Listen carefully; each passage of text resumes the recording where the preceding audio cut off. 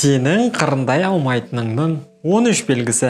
Бәріне сәлем менің құрбыларым. Сендермен әрдайым мен сүйікті интернет достарың Санжар Айдар. Жігітпен флирт жасап, оған қырындау бұл жеңіл нәрсе емес екен.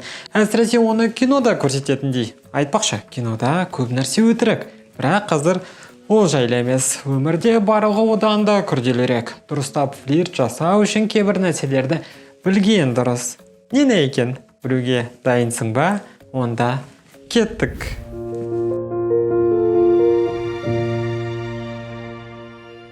Бірінші, ол сенің қырындап жатқаныңды ешқашан түсінбейді. Егер сен онымен ойнап бастасаң, демек ерте ме кеш пе ол саған ұнайтынын түсінуі керек. Түсінемін, бұл қорқынышты, бірақ олсыз болмайды ғой. Видеоларым саған пайдалы болып жатқанына өте қатты қуаныштымын. Сол үшін дәл қазір лайк басып, каналға тіркелуді ұмытпа. Ал біз жалғастырамыз. Екінші, сен сасқалақтап қаласың. Оны көргенде не тұрарыңды, не отырарыңды білмей өзіңе орын таппайсың ба? Сабаңа түсіп, өзіңді қолыңа ал. Сасқалақтайтын болсаң, сен тек бәрін бүлдіресің. Үшінші, ол жігіт флирт кезінде өзін ыңғайсыз сезінеді. Өзіңнің не істеп жатқаныңды анализ жасап көрді. Флирт оны баурау керек, керісінше емес. Ал егер ыңғайсыздық сезімі жиі болып кетсе, демек сен дұрыс емес сөздер мен белгілер бересің деген нәрсе.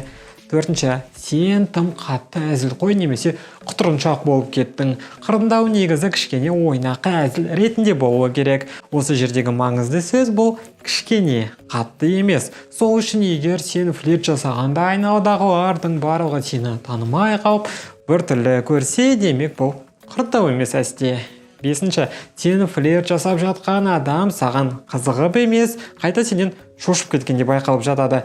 Қырындаудың өзі өнер, сол үшін бұл жерде абай болу керек. Алтыншы, сен қырындауға арналған барлық кеңестерді бір уақытта пайдаланған келеді. Әдемі көздер жасап, үш шаштарыңды бұрау, оның иығыңа тиіп қолынан ұстау және тағы басқалары. Бұның бәрі әрине жақсы, бірақ бір сәтте емес қой. Жетінші, сен қырындаған адамдар сенен бір нәрсе болып қалды ма деп сұрап жатады. Бұл жерде сен көңілсіз қыз ретінде емес, қайта өте бақытты адам ретінде көзге түсуің керек. Сегізінші, әңгімедегі ұзын паузалар. Негізінде жігітпен сөйлескенде әңгіме өте жайбарақат, емін-еркін болуы керек.